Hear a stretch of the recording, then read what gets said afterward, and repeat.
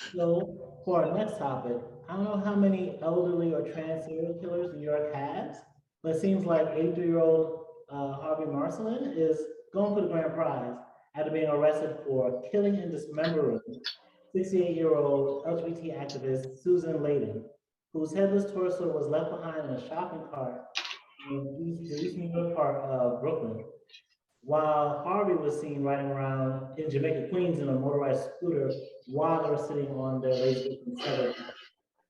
And yes, I did say latest victim because police are saying she's a whole serial killer because she's already spent 65% of her life, 50 years, in prison over two other murders already.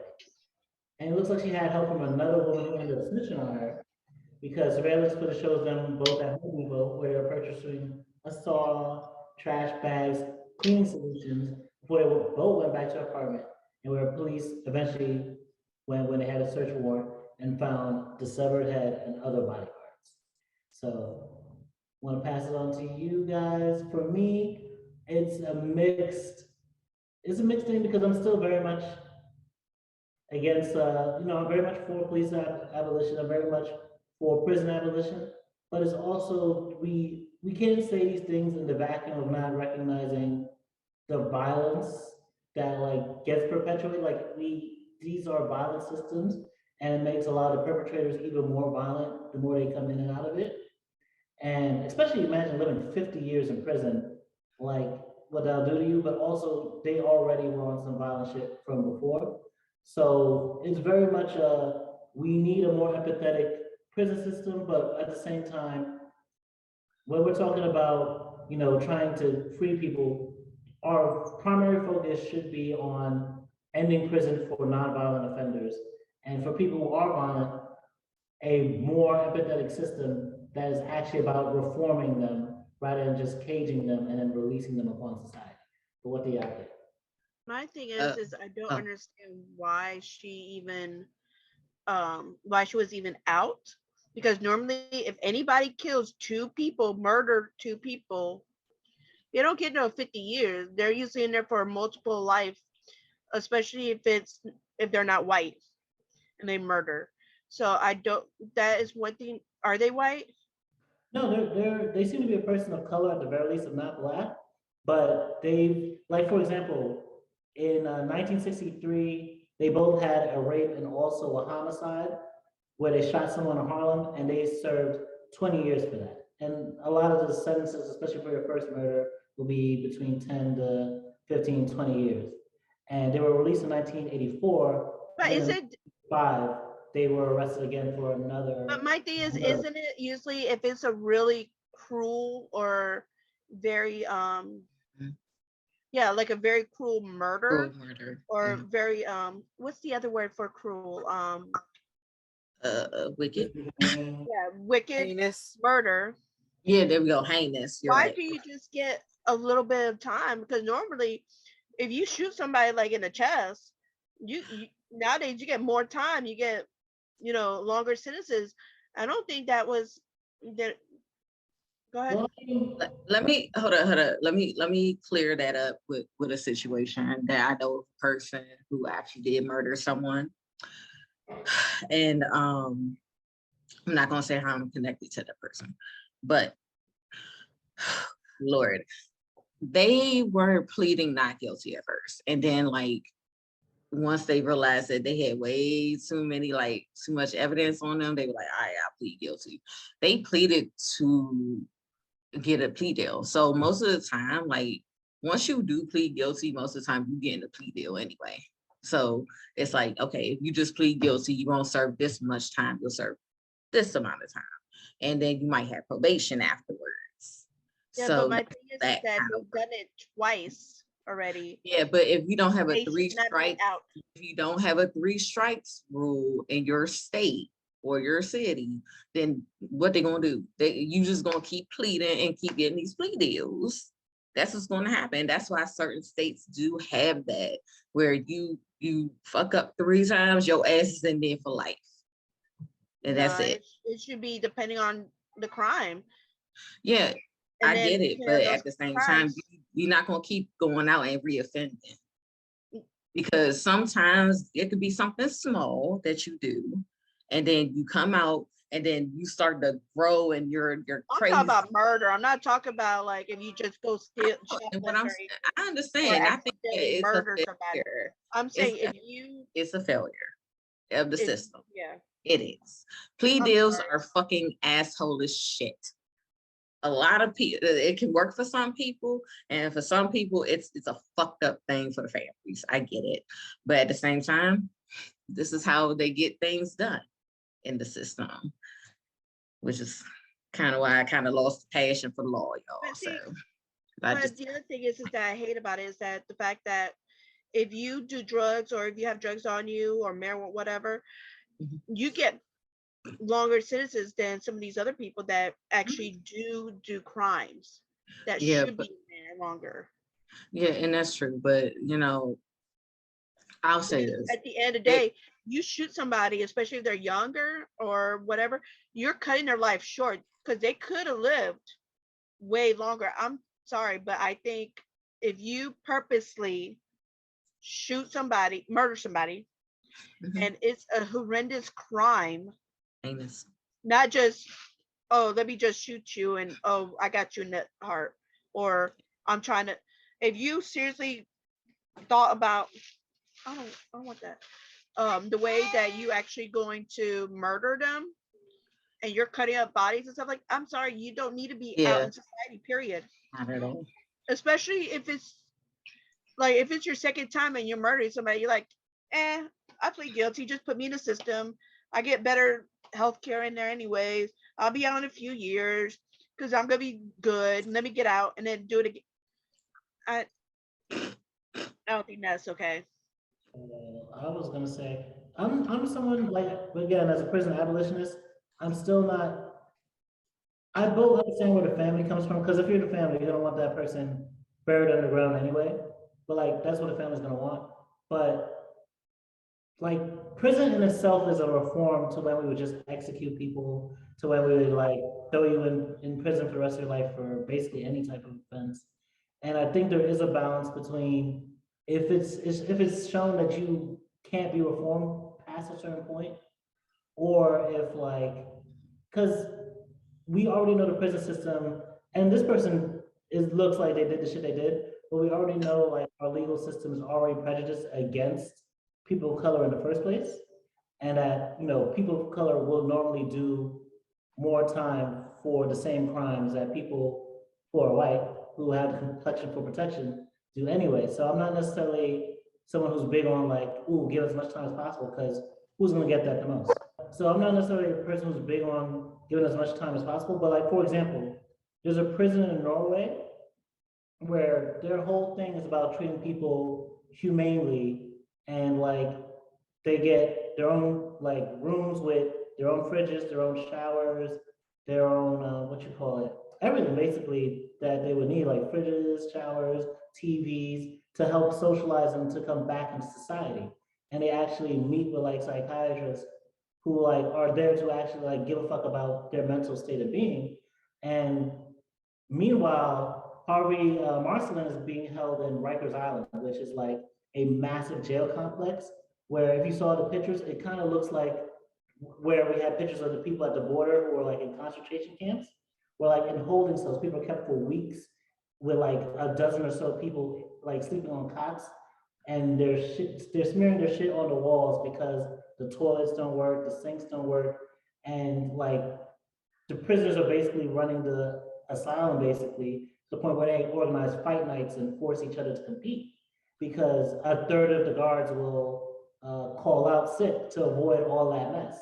And then when someone was basically trying to call it out, when Mayor Eric Adams basically came in, he got a new commissioner who fired the person and they fired him basically because they told him you have basically 100 days to get rid of like 2,000 reports she wrote up about like some of the fucked up shit that the guards and officers were doing and allowing.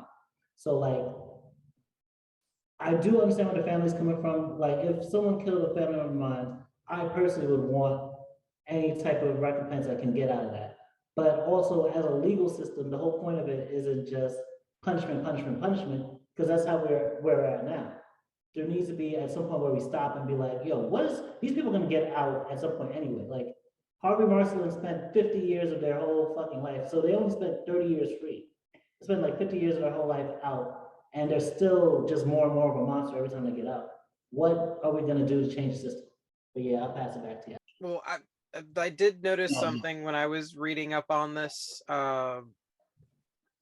Harvey was actually on life parole twice, which means that they were trying to keep an eye on them. They were trying to follow up with them, but clearly they found a way around it. And here, the part that kills me is somebody helped them this time. Someone helped them this time. And this was definitely premeditated because it states the victim had been speaking with them. And my fear is that she was an LGBT activist. And beforehand, the other two crimes, they did not identify as female. And I'm just terrified that they may have been literally casing out their victim before moving forward with this. And I'm like, this is where a lot of I fear for trans women's rights, because there are men who use that guise, and there are mentally ill people who pretend and try and use it. And this is where it's difficult for trans women to get protection. Yeah. And what hurt the most is that listening to the recording, because I actually found an article that you heard the recording when they were taking them to take them down for arraignment. And I was listening to their voice. It's so small.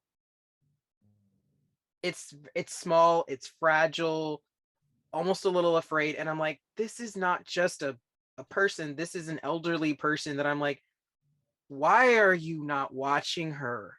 Yeah. Why? The way that they have to like putting her in the car, just watching how they had to like gingerly do things. I'm like, how frail is this person? Like, y'all drop the ball multiple arenas on this one, because this person shouldn't have been going to prison.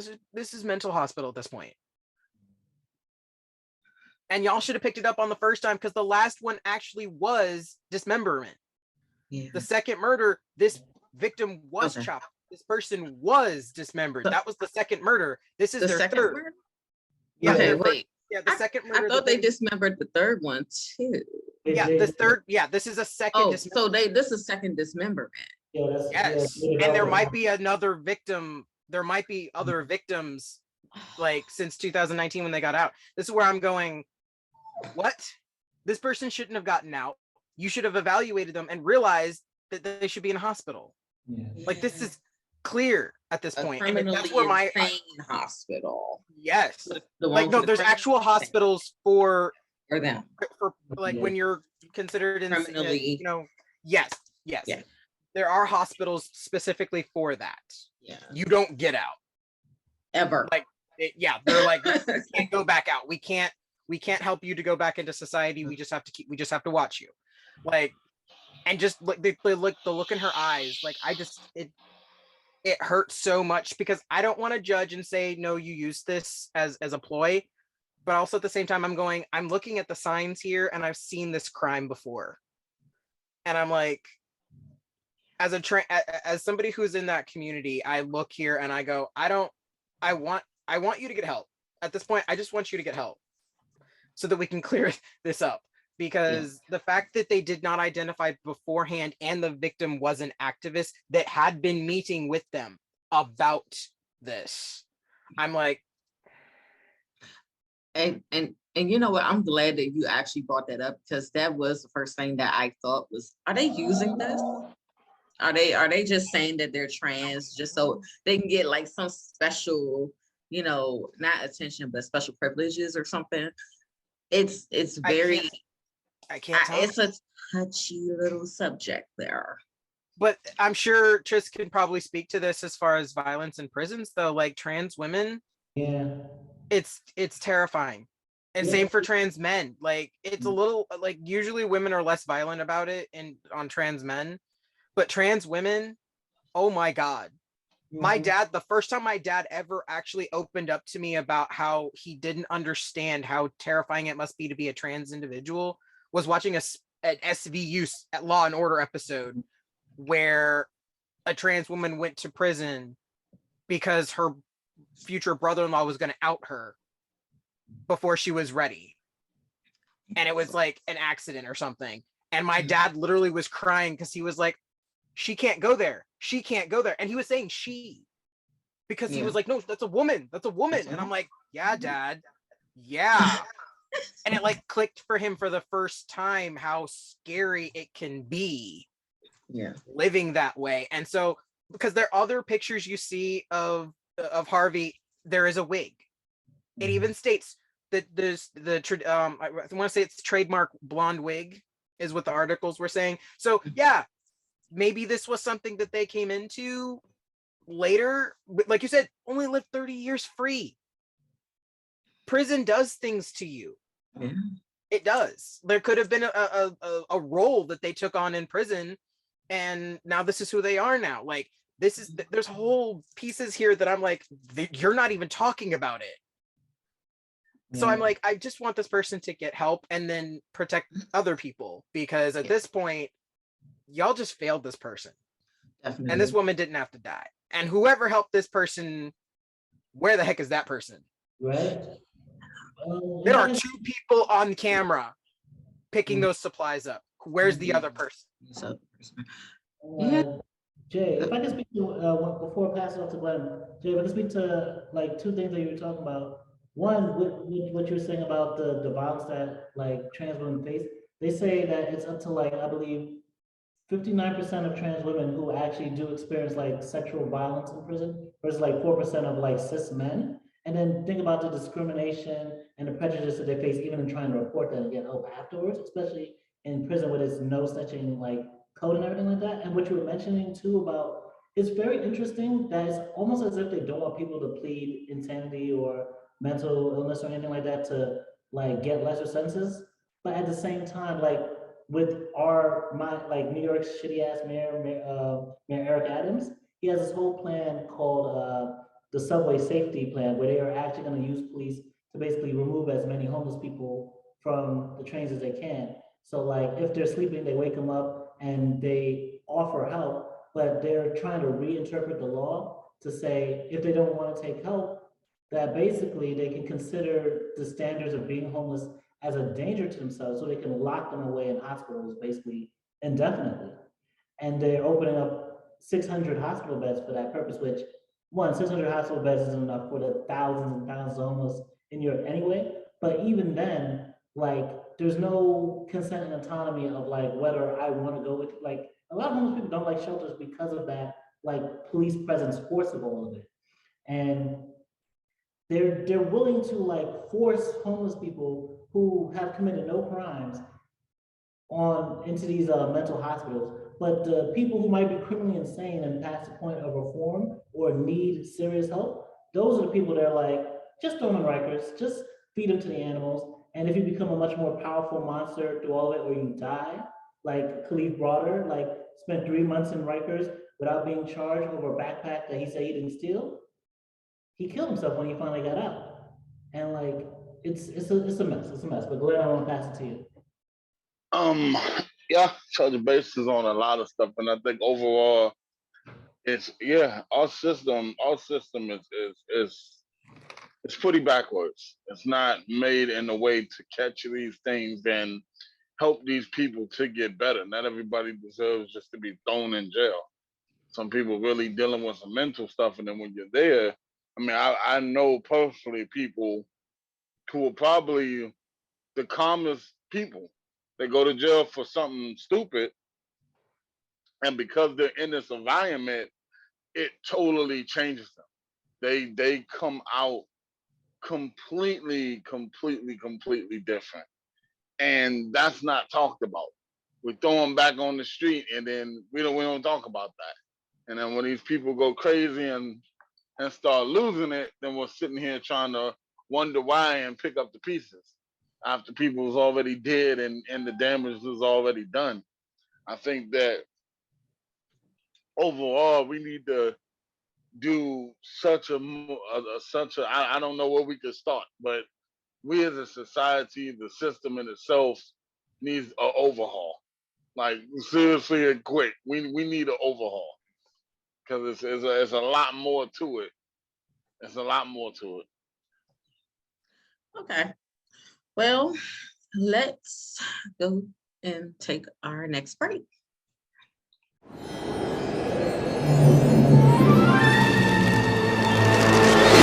New dragons have arrived. Raise them into legendary warriors. Collect over 100 unique dragons and take them into battle. Dragon Mania Legends. Download now for free. And for our next topic, moving from brutal murder to murdering our dreams, we have Disney and Florida's Don't Say Gay bill.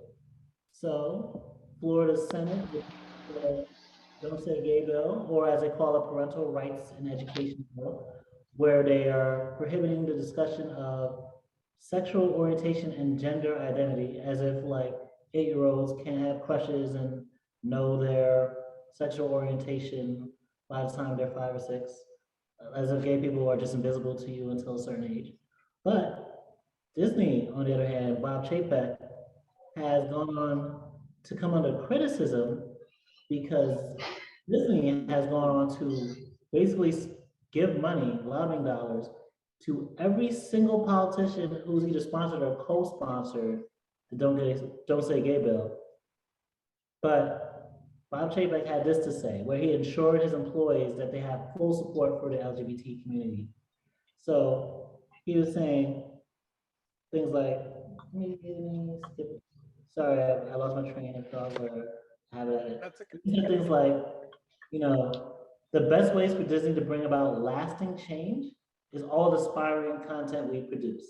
And he went on to list things like Pose, which is from FX, and Hulu's Love Victor, things that they acquired and acquisitions from like Fox and taking over Hulu, everything like that. He said, these are all of our diverse stories. These and all of our diverse stories are corporate statements, and they are more powerful than any tweet or lobbying effort. I firmly believe that our ability to tell such stories and have them received with open eyes, ears, and hearts would be diminished if our company became a political football and debate. Mind you, talking about political football, this is a company where they're currently planning to relocate 2,000 employees from California down to Florida where this bill is happening. So people are going to be affected by this if they have kids. So they're moving them because Florida has no state income tax and have a lower cost of living. So they'll have to pay their employees less versus if they're living in Cali. So I want to pass it on to you. Do you find this all just bullshit, more rainbow washing, whitewashing? What should we do about it? So this is what I have to say, which is my concern about the fact that the CEO was even donating money towards the politicians in Florida, especially Ron DeSantis, because we know that this man has been doing a whole bunch of different laws and restrictions against the LGBTQ community anyway. So I don't understand, as a company that is Disney, why would you fund someone like that? Like I don't understand, because like, don't you think that people can look this up, because we found out that a Real Housewife from Salt Lake City actually donated to Lord, what is that man's name? I can't even remember what his name is, but he was a really crappy politician, and he was up Trump's butt, one of the Trump guys. But you can look this kind of stuff up. Like, did he not think that somebody would eventually look up where Disney's funding was going to? Like, I feel bad for all the kids that look at the content and all the people who are part of the community, including me. Like, I feel like I've been duped. Like, people are paying Disney Plus, and they had the nerve to have these amazing shorts. Like there was one short where the guy was trying to figure out how to come out to his parents, and he turned into a dog. It was really cute, like a really interesting things that they do for the community. And you're doing this, like why? Why? I could see if you were funding a politician who didn't have these horrible views and have anti-mask views and anti-vaccine thoughts in their head and spreading all that hatred. Like, why? That's my question. Why?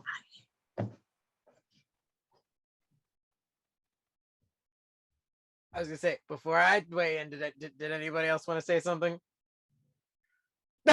Yeah, go ahead. I had something to say, but go ahead. Okay, so I was actually curious what you were going to be reading from, because that is the initial statement that he released to the employees of the Disney company. It was a memo that got released.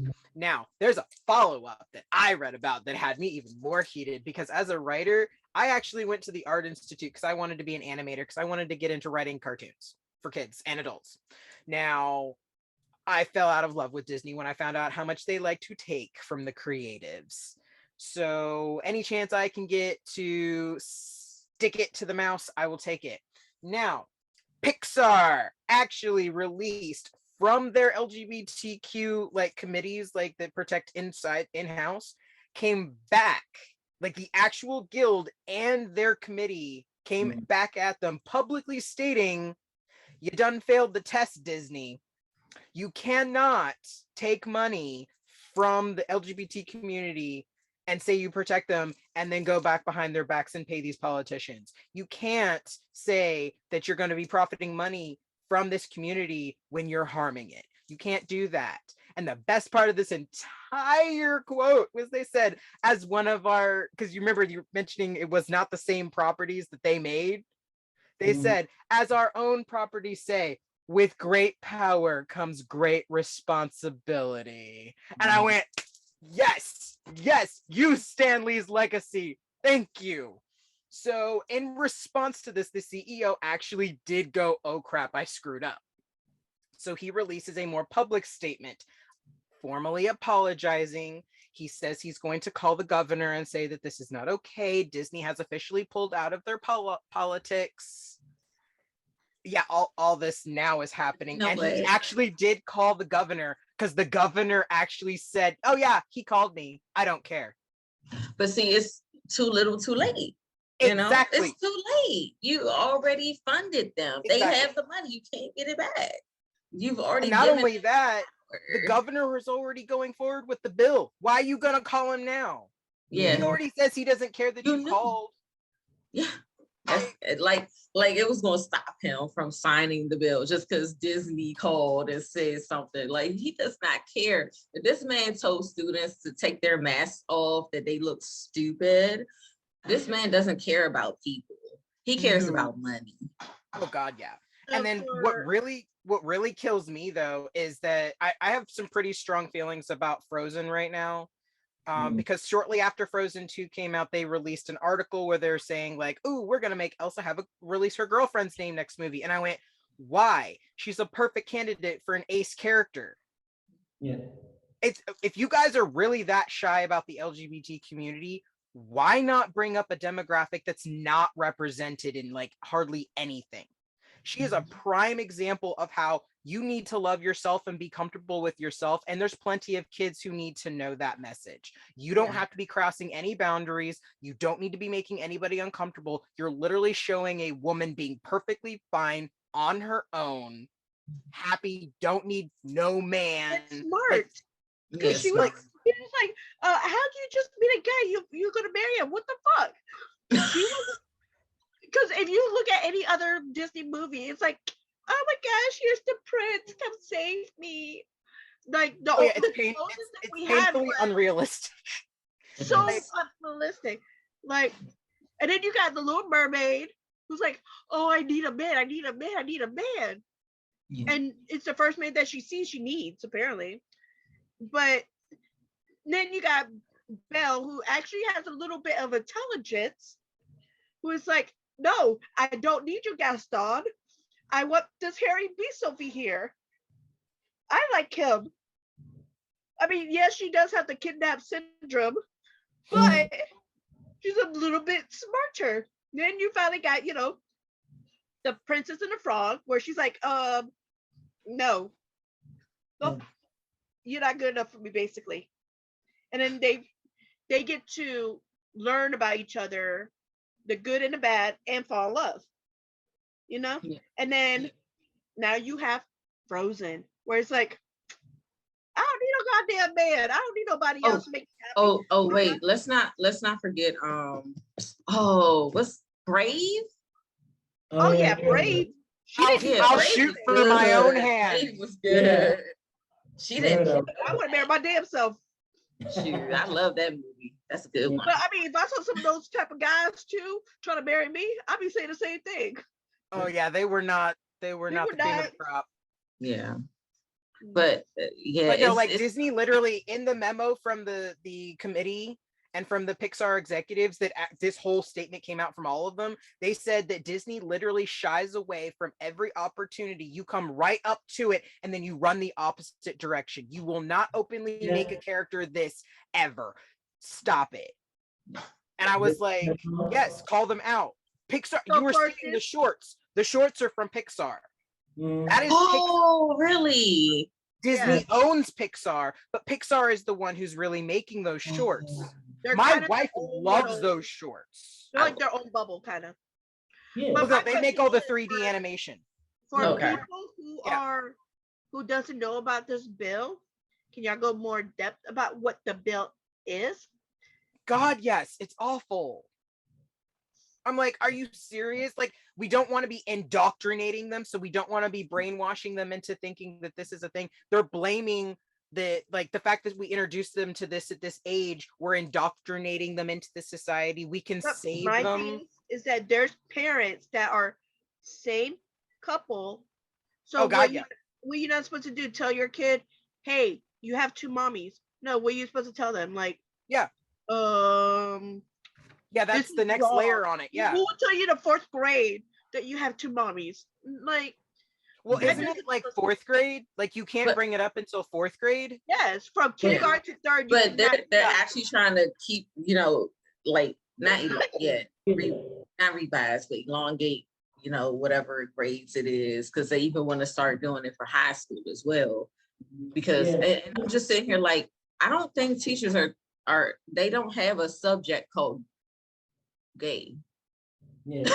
Like gay study. You don't even talk about you can't talk about it until 5th grade that's anyway. Weird. They took it out of they were trying to introduce it into sex ed. But sex ed is not to 5th grade. That's sex ed. Well, no, so that they understand like cares. Yeah, they understand the body. People that hate and they don't want their children knowing about it. They don't want it normalized. They don't go to a different place. It's already normalized. I'm sorry. If we have Little Nas X, okay, it is normalized. We have Frank Ocean. We have Tyler the Creator. It's normal. I'm sorry. You got actors and actresses that are Jussie Smollett, as crazy as he is. We have him. Okay. I mean, like, Prince literally was the Prince of androgyny. Who you said Prince? Yeah, exactly. You got Prince, you got Lady Gaga, but it was okay. It was okay when it was Prince being all sexy in the 80s and 90s doing all that. But now it's like, what? No. Like, they missed me with it. Like, stop trying to act like these teachers are going in these classrooms and teaching them specifically about gay people and gay studies. Like, if there's a historical figure like Milk, okay, they will probably teach about him in California, more than likely. But I know they probably not going to teach him in Florida, but you know what I mean. Like, they'll teach about him, and I get it. Like, but otherwise, I don't see any school in Florida talking about coming out of their way to talk about it. But that's also heteronormativity too, just being reinforced. And like we act like this is just, oh, politics, are you conservative or liberal? But like right here, I wrote down that in 2020, like one, let's not forget that these rules and laws, they're damaging real kids who are already facing bullying and depression and suicide. But like the numbers of how many laws like this are coming up is crazy. Like, listen to this. In 2020, we saw 79 measures specifically targeting the trans community on issues of alleged academics and back access. And in 2021, that count nearly doubled to 147. And this year, there are currently up to 300 anti-LGBT proposals coming before state houses across the country. And we're only in March. So like, this is a wedge issue of unconstitutional shit by our constitution that they're pushing through to either they know if the Supreme Court was actually on some fair and impartial shit, this will get struck down. But one, they're hoping that like on some like abortion type of way where, oh, the heartbeat, on some kind of technicality, certain things could sneak through. Or that they're hoping that the judges will keep like, oh, we're not gonna hear it. So that certain state things will just stand in place and that they get to maintain the status quo as is, even though like people are educating themselves, they can't educate themselves in the school, they're educating themselves on the internet, but they're trying any way they can to prevent like society from changing to what it was, so that they don't have to like be uncomfortable and being called out for being fascists and homophobes and transphobes and racist. But like, it's not just an issue of, oh, we're being used as political football. It's like, no, like, I know you're an immoral company, but stop pretending you have morals then. Like, either embrace that you are no different from all these other corporations, especially when like you're thinking like the area of China where you're filming where they had like Uyghur Muslims in concentration camps.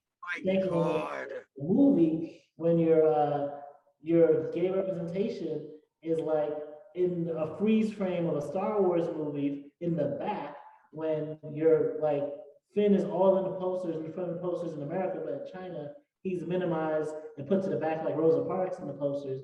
And when like fans are shipping Finn and Poe, John Boyega's character and Oscar Isaac's characters as lovers, but no, we're gonna split that up and make it as straight as possible and get them love interests that we introduced in the last movie that have no relevancy to everything. Like Done.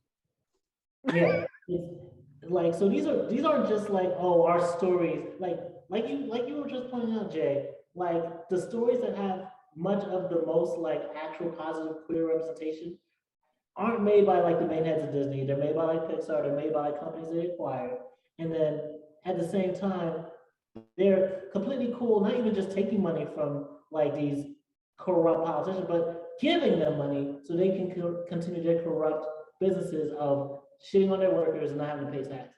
So it's all fucking, it's all fucking. Glenn, do you have anything you want to say about this subject? You said no? Okay. Well, let's let's take a break.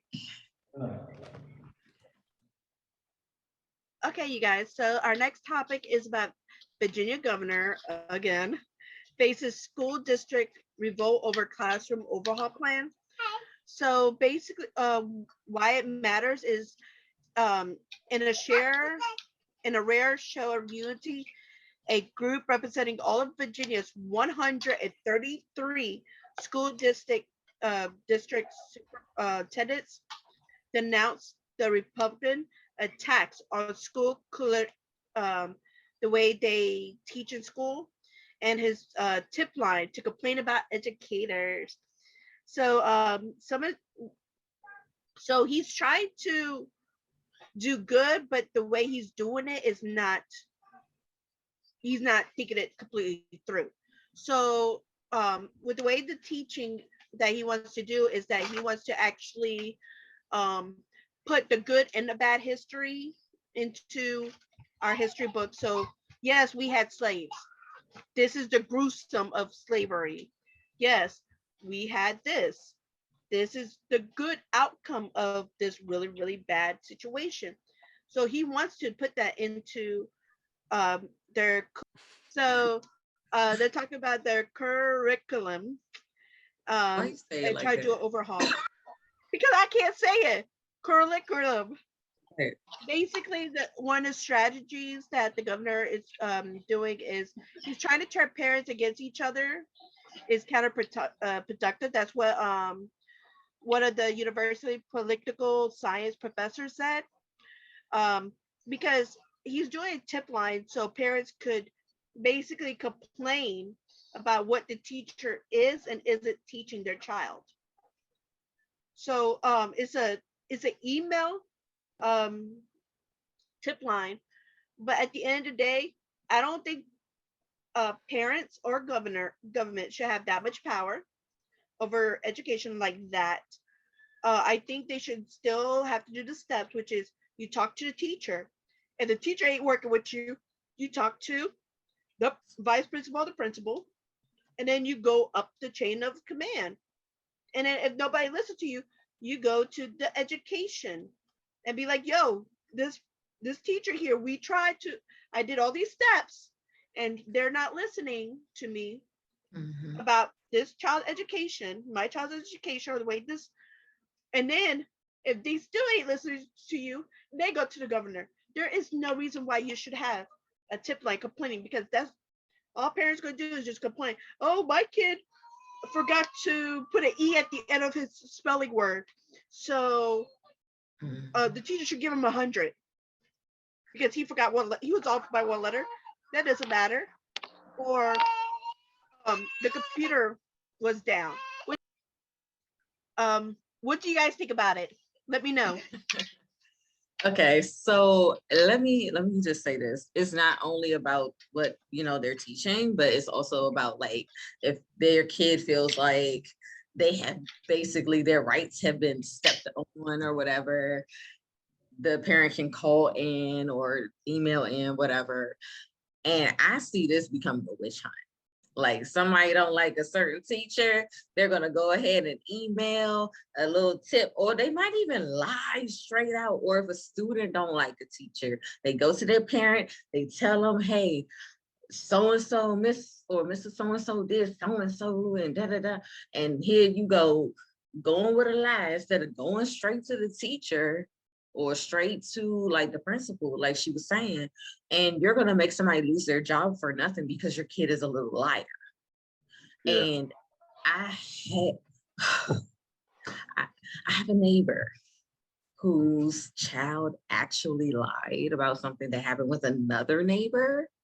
And that neighbor went to that neighbor's house and started cussing them out. And the little boy, he got so scared that his daddy was cussing his neighbor out. Yes, in my little neighborhood, y'all. And he eventually said, Dad, I lied. The dog never attacked me, never made me fall off my bike. So that's why I'm like, kids lie. If they lie on a neighbor, they gonna lie on the teacher. Not only that, but it's gonna scare the teacher from doing their job. And yes. we really don't have enough teachers to cover. That's what I'm saying. Especially after COVID, a lot of teachers quit, especially when they're ready to hit that retirement. They're quitting left and right. So you're having all these teachers doing double duty on top of it. And then now you got these parents and students being able to, I hate this teacher. Oh, yeah, I'm sorry. The teacher touched me the wrong spot. People lose their jobs. She touched my arm. This is a mess. First off, this is just a mess because these kids are bad. Let's be real on this. These kids nowadays are bad as hell. They're worse than what we were. I thought that my generation was kind of bad, but no.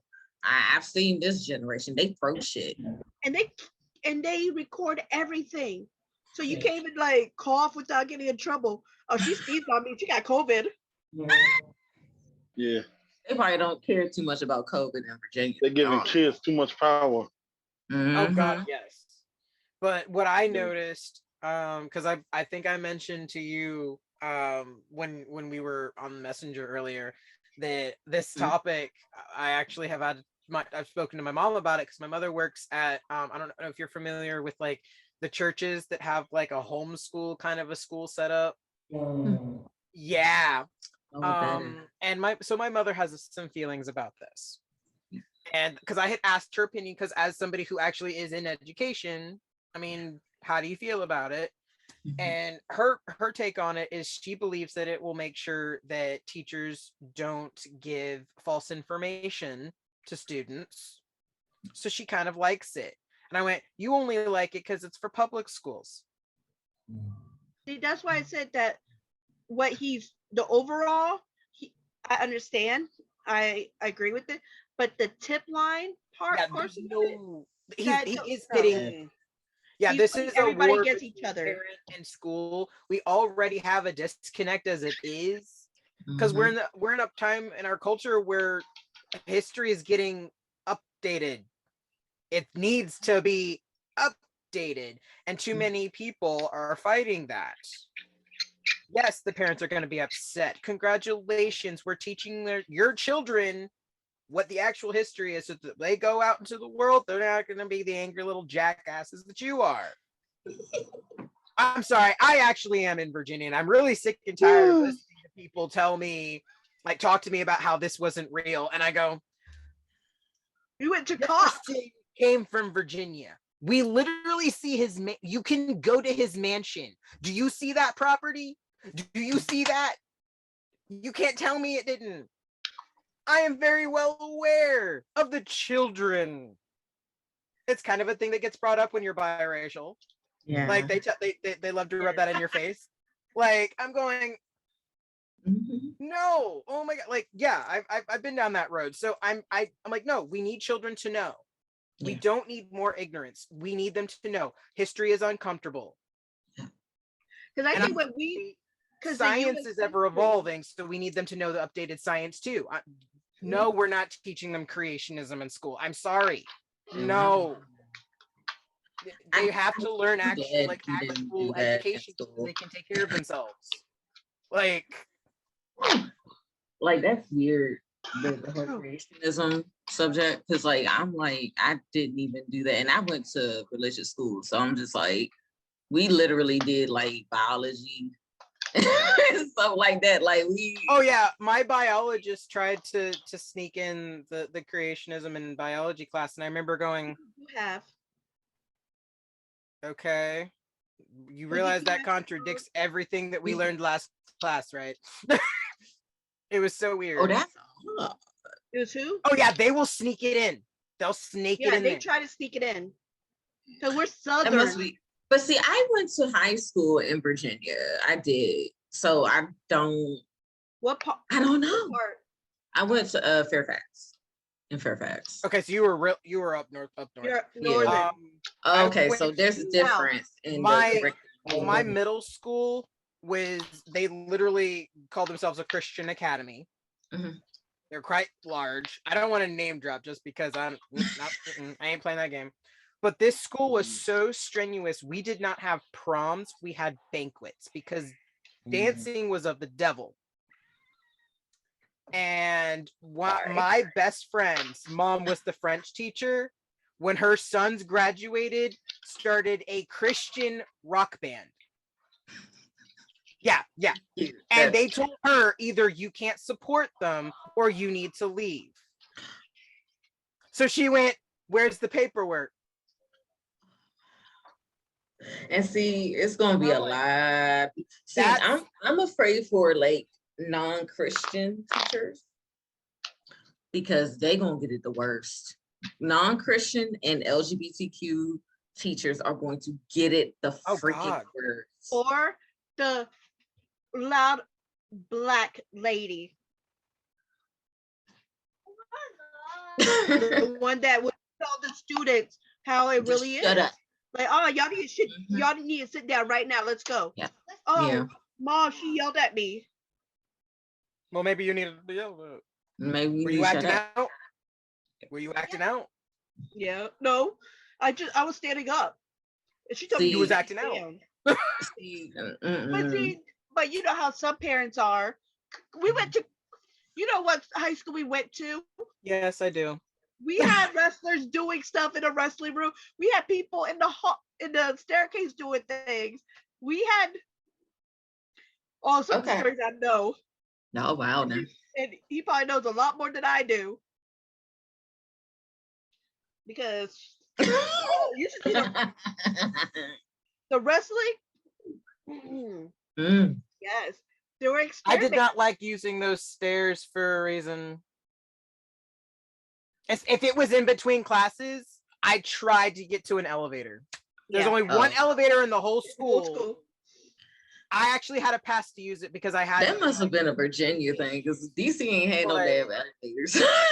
No, we have 2 levels, and then school in a lot Virginia, of people get hurt from. Okay, I did not. Well, no, no, I worry. I'm worried about these real mean ass parents that one don't want their kids to wear masks, 2 don't want their kids to know about critical race theory or anything even close to it. Like, I am afraid for those teachers, man. Did I tell you, students and staff don't have to wear masks anymore. Oh, it's here too in DC. We just lifted that. You could just walk. It's about to be a lot of COVID going on here. Not my son's not getting all that buzz with the mask on. Nasty ass right back home with the same one. Wait, anybody else wanna? Yeah. Well, yeah. So, this is very interesting. You guys brought up the whole pitting teachers, parents against one another, and parents against teachers, and it's like, imagine if all of this wasn't to like keep kids from learning critical race theory or keep kids from like, to stop, to basically do some more queer erasure, like our history hasn't had enough of it already. But like, imagine this was like over like, hey, we need more home ec in the schools. Hey, we need to teach them how to file their taxes or how to do first aid. I learned how to file my taxes through school. I actually did my history teacher's taxes that year. That's how I passed, because I had a D and I was about to fail senior. I never learned that in school. Well, I actually did have a class that taught me that. My freshman year of high school. It was called Independent Living.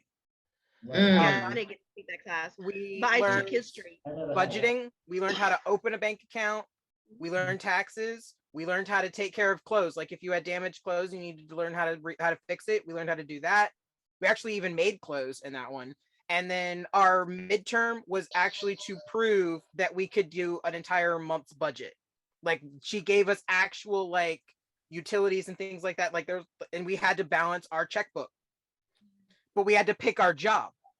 So we had to learn the realisticness of finding a job. You can't just get any job. If you want this kind of lifestyle, you have to have the job to balance it out. Yeah, I was gonna say, I definitely learned none of that.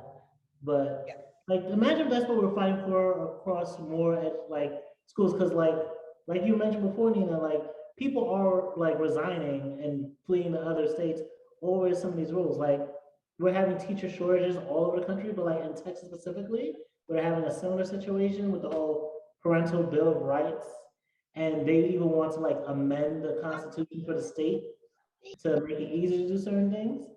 Like over there, Greg Abbott, he's to the point where the teacher vacancies are so bad that he's directing the state's education agency to look at how the school districts handle vacancies so they can be more flexible in the hiring, certifying, and placing of teachers. And all of this to me, like the way that these different states are destroying public education, to me is kind of like a ploy, not only for just like maintaining status quo in public schools, but to also, because a lot of these states where they're doing all this, they're also underfunding the hell out of public schools and promoting charter schools, taking money out of public school system to prop up the charter school system and getting kickback money in that. And it's very much like to push like PragerU, to push like the type of at-home Bible education that the Duggars family get. Like, let's not even get to that. But as someone who like grew up like with very fundamental beliefs, and like all my friends at the time, at a certain time period, were like in Christian education, it's very much like, I get you want your kids to really believe what you believe and like have a school system that like teaches them certain Bible principles, but it's like, what is the balance for how they're gonna use that in life? Like, are you really preparing them for the world or not? And it's like, there's nothing wrong with Christian education, but so much of Christian education is like very white centric in its concept of Jesus and the Bible and Christianity.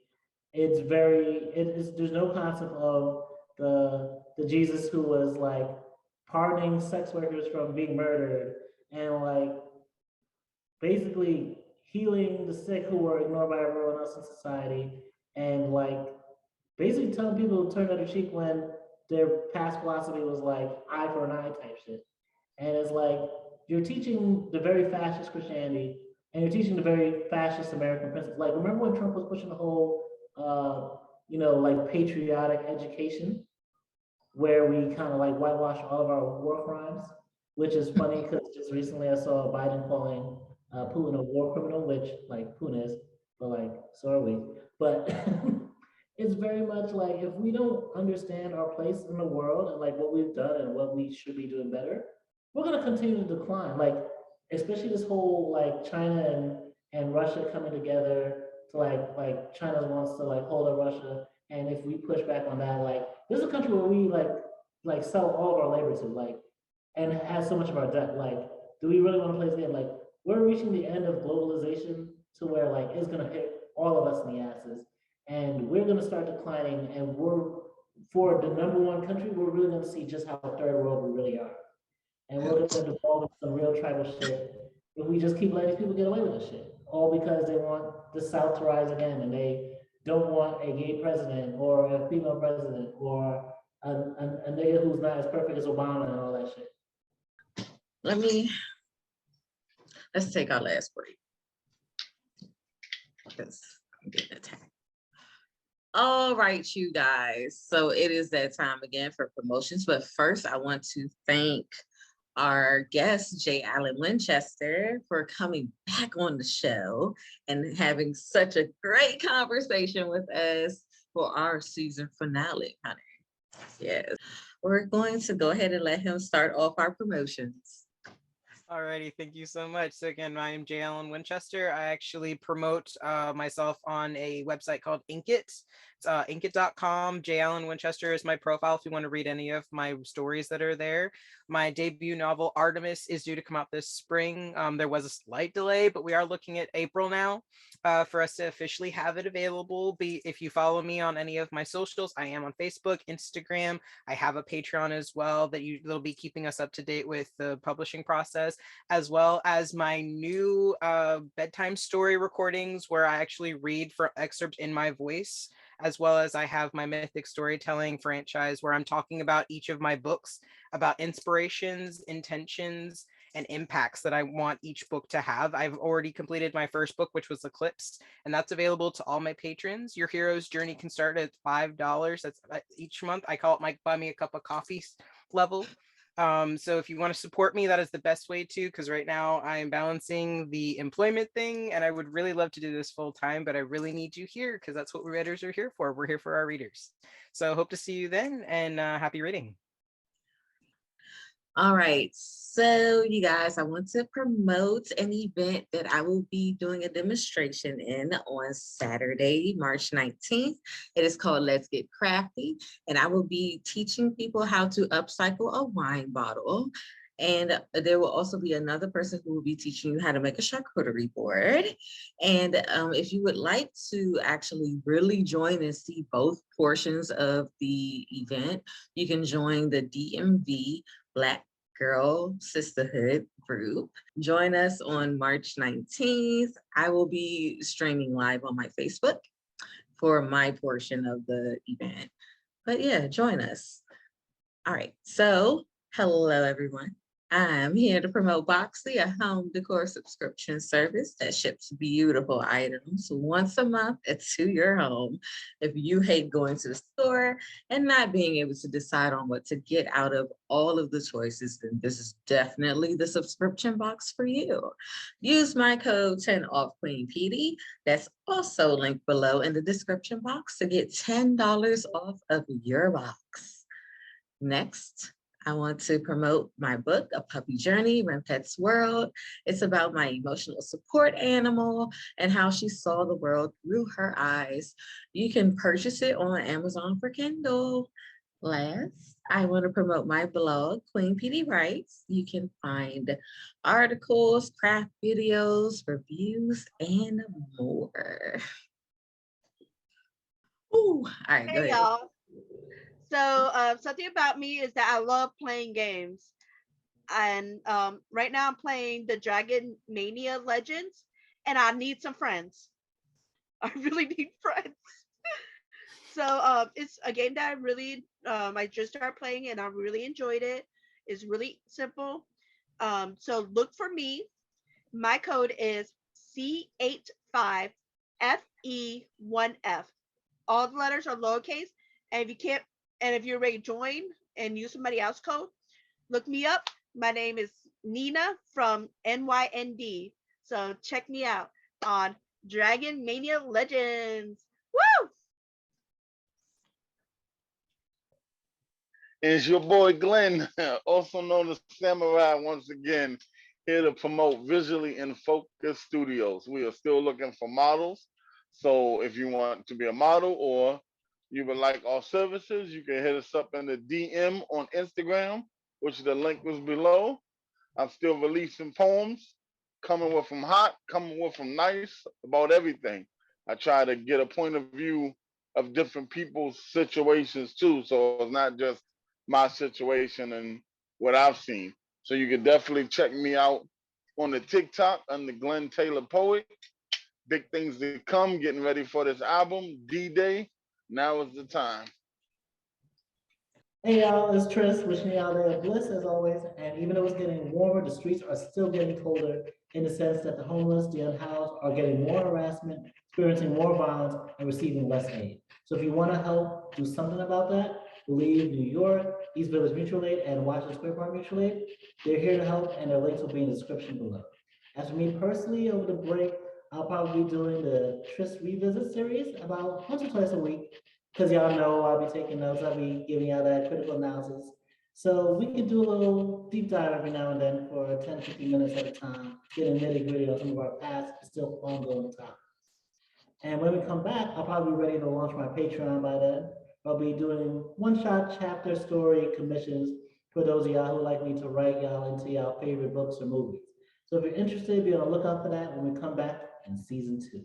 And until then, much love, much blessings. All right, so I want to thank everybody who has liked, shared, subscribed to our podcast, listen to us every week. I mean, this is our first season is ending today. We have been on this ride. Some people didn't go on the ride along with us, but it's okay. We gained new people. It's been a ride. Yeah. But I do want to tell you guys I appreciate you for everything, the shares, everything, the viewership. And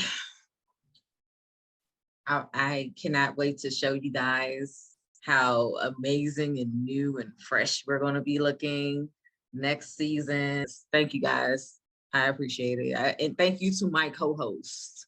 Thank you for riding with me. Thank you for asking us to be part of this. Oh, no problem. No problem. Thank you for having me twice. Yeah. I know, right? Guess what? I would love to come back.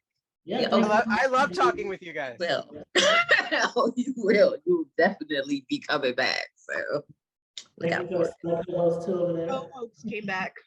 You said who?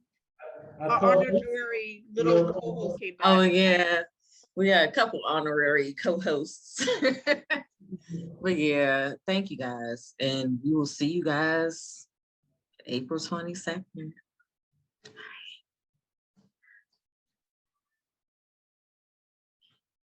This is not your normal discussion where we talk about the hard topics uncensored. This is not your normal discussion.